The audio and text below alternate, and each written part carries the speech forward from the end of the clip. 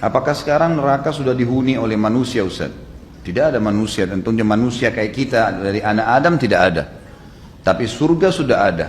Penghuninya sudah ada, bidadari, bidadara sudah ada. Banyak dalil berhubungan dengan masalah itu. Gitu kan? Nabi SAW mengatakan sebelum manusia diciptakan, Allah Subhanahu wa Ta'ala menciptakan surga dan neraka sebelum manusia. Kemudian menyuruh Jibril mendatangi surga. Lihat tuh surga. Jibril AS ke sana.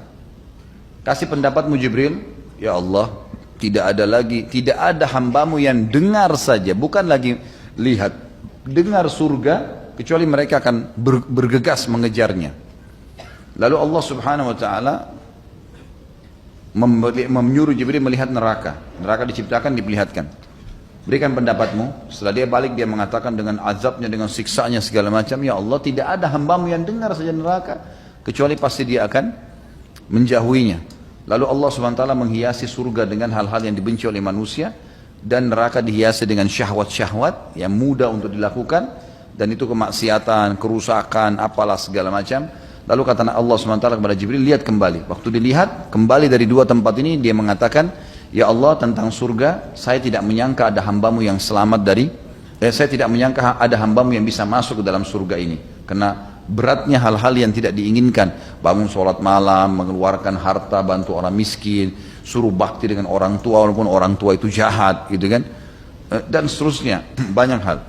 Dan tidak akan mungkin ada hambamu yang selamat dari neraka, karena memang dipenuhi dengan kemaksiatan. Berarti surga dan neraka itu sudah ada. Dan memang surga dan neraka ini ada penghuninya. Ada penghuni, dari bidadari, dari bidadara, semuanya sudah ada. Kata Nabi SAW, bagi jenazah yang mati, kalau dia sudah masuk di kuburan, sudah jawab pertanyaan malaikat, maka kata Allah SWT kepada para malaikat, bentangkan jalannya hambaku ini ke surga, sehingga dia melihat dan menikmati surganya di pagi dan petang hari. Hadis yang lebih jelas lagi adalah hadis Bukhari yang kata Nabi SAW, tidak ada seorang istri yang menyakiti suaminya di dunia, kecuali istrinya dari bidadari di surga, langsung berkata, semoga Allah membinasakanmu, dia sebentar lagi akan meninggalkanmu dan menuju kepada kami, gitu kan. Berarti sudah ada penghuni, gitu kan. Sudah ada penghuni, tapi dari ciptaan Allah. Karena bidadari, bidadara, hurun in dan wildanun mukhalladun ini Allah ciptakan langsung, tidak melalui proses seperti anak Adam. Allahu alam, itu yang saya tahu.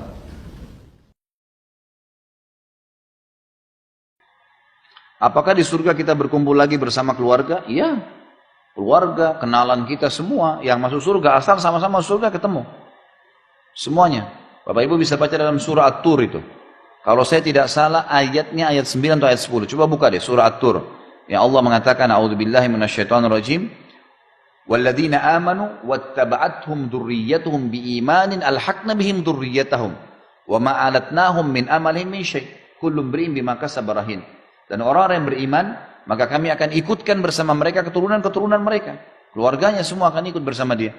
Akan disatukan di dalam surga. Dan kami tidak menzaliminya sedikit pun.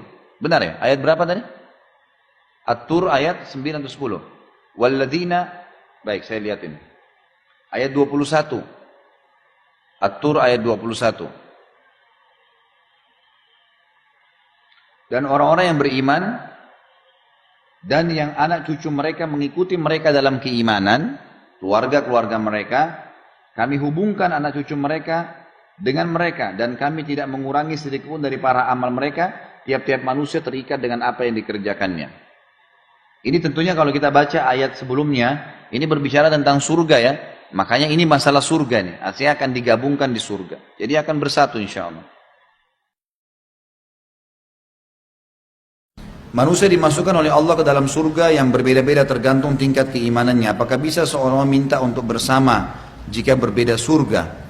Tentu saja nggak bisa, kecuali suami istri.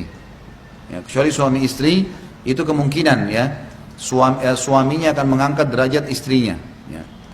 Atau sebaliknya, ya, itu bisa terjadi. Tapi kalau selain daripada ini nggak bisa. Cuman bertemu bisa, bertemu. Misal ada saudara kita, masya Allah ibadahnya luar biasa, kita kurang. Nggak bisa kita minta sama dengan dia. Resiko saya suruh malas. Ya harusnya rajin. Apakah sahih kawan yang soleh akan bertanya kepada Allah Ta'ala, mana sahabatnya, menanyakan sahabatnya waktu di dunia yang sholat bersamanya, jikalau kawannya ada di neraka, kawan yang soleh akan menolongnya masuk ke dalam surga. Sahih. Sudah kita sebutin ini waktu bahas masalah neraka. Masuk dalam syafaat orang-orang beriman. Itu ada. Kalau pegang bukunya bisa dilihat di bab-bab terakhir. Sudah kita bahas masalah itu. Jadi nanti akan ada orang-orang yang beriman pada Allah di surga, lalu Allah bertanya padanya, ya, apakah kalian sudah puas? Lalu mereka mengatakan, ya Allah, masih ada teman kami yang belum kami temukan, gitu kan? Yang dulu sholat bersama kami. Kemudian kata Nabi, kata Allah SWT, pergilah ke neraka dan ambillah mereka. Tapi nanti masuk ke surganya sesuai dengan kadar amalnya dia. Bukan berarti akan sederajat dengan temannya yang soleh itu. Gitu. Karena semua orang beriman akan masuk surga ya. Tentu syaratnya muslim. Biar sahabat dekatnya kalau kafir nggak bakal bisa. Ini hanya orang Islam.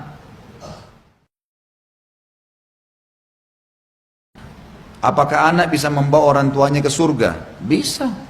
Apalagi kalau anaknya meninggal sebelum balik. Itu menjadi sebuah karunia yang luar biasa. Karena Nabi SAW pernah keluar dari masjid meramas baju seorang sahabat dengan sangat keras sampai sahabat itu kaget. Lalu kemudian Nabi SAW mengatakan, sungguh ya demi zat yang ubun-ubunku dalam genggamannya, seseorang di antara kalian akan dipegang badannya oleh anaknya yang mati sebelum balik seperti saya memegang bajumu sekarang, sampai mereka bersama-sama dimasukkan ke dalam surga. Tapi kalau sudah balik, tergantung amal solehnya, maka hukumnya adalah hukum umumnya kaum muslimin yang bisa memberikan syafaat kepada orang lain. Ana pernah dengar ada tembok pembatas antara surga dan neraka, yaitu tembok Araf. Dan orang yang amal baiknya seimbang dengan amal buruknya sama seimbang, maka mereka akan jadi penghuni tembok Araf. Apakah mereka kekal jadi penghuni tembok Araf itu? Dan apa ada kesempatan jadi penduduk surga? Surah Al-A'raf menjelaskan, Al-A'raf itu tembok yang tinggi maksudnya. Jadi nanti orang-orang yang masih berimbang amalnya ini akan berteduh di situ sampai ditentukan, tentu akan ke surga. Akhirnya akan ke surga. Cuma memang tembok Araf ini disiapkan untuk mereka. Surah Al-A'raf menjelaskan masalah itu. Dan nanti mereka akan ada pembicaraan terjadi antara penghuni orang yang tinggal di sekitar Araf berlindung menunggu. Kalau ada orang yang memberikan syafaat, lebih pahalanya masuk surga. Allah SWT maafkan sebagian dosanya masuk surga. Jadi cuma tempat sementara. Jadi tidak ada tempat lain kecuali surga atau neraka. Tapi umumnya ashabul Araf itu mereka masuk surga. Umumnya, gitu kan?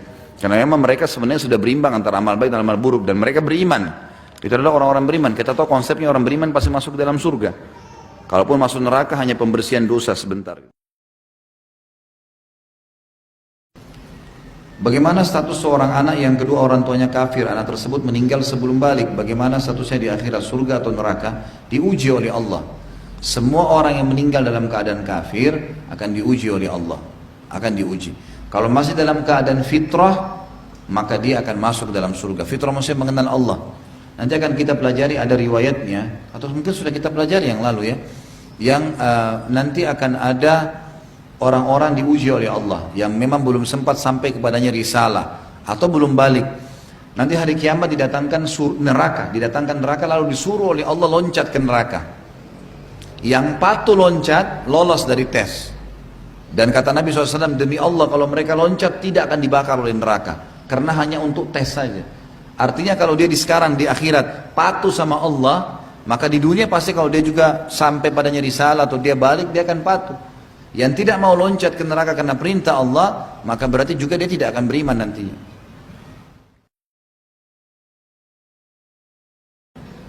Ada hadis yang berbunyi tempatmu di surga, ada pada akhir ayat yang dibaca. Maksudnya apa Ustaz? Ayat terakhir yang dihafal atau yang dibaca? Yang dibaca. Hadis ini menyebutkan tentang fadilah pembaca Al-Quran. Ada orang yang Masya Allah maniak, selalu baca khatam, kembali khatam. Ini sunnah Nabi ya. Tanda kutip sini maniaknya, maksudnya dia luar biasa mau selalu menghatam Al-Quran. Ini penting. Makanya para sahabat per 3 hari sekali khatam, 7 hari sekali khatam, mereka khatam. Nah orang yang sering menghatam dapat fadilah ini. Di akhir nanti pas sudah tiba di pintu gerbang surga, nanti ada hadisnya itu. Ada bahasan sendiri, kita akan bahas nanti di pasal sendiri. Hadis yang berbunyi pada saat mereka sudah tiba di pintu surga, Allah akan suruh yang sering baca Quran suruh baca kembali. baca sama dia. Ada ulama sebagian mengatakan hafal, tapi umumnya ulama mengatakan bacaan. Dia baca setiap satu ayat satu derajat. Sampai tiba di surga tertinggi, barulah Allah SWT mengatakan berhentilah, ini tempatmu, ya tempatmu di akhir ayat yang kamu baca. Maksudnya dia terus baca ayat sampai tiba di derajat, karena Allah ingin dia sampai ke derajat tertinggi saja. Tapi membuktikan kepada orang kalau Al-Quran itu mulia, maka dengan bacaan Al-Quran dia bisa ditinggikan derajatnya. Itu maksudnya.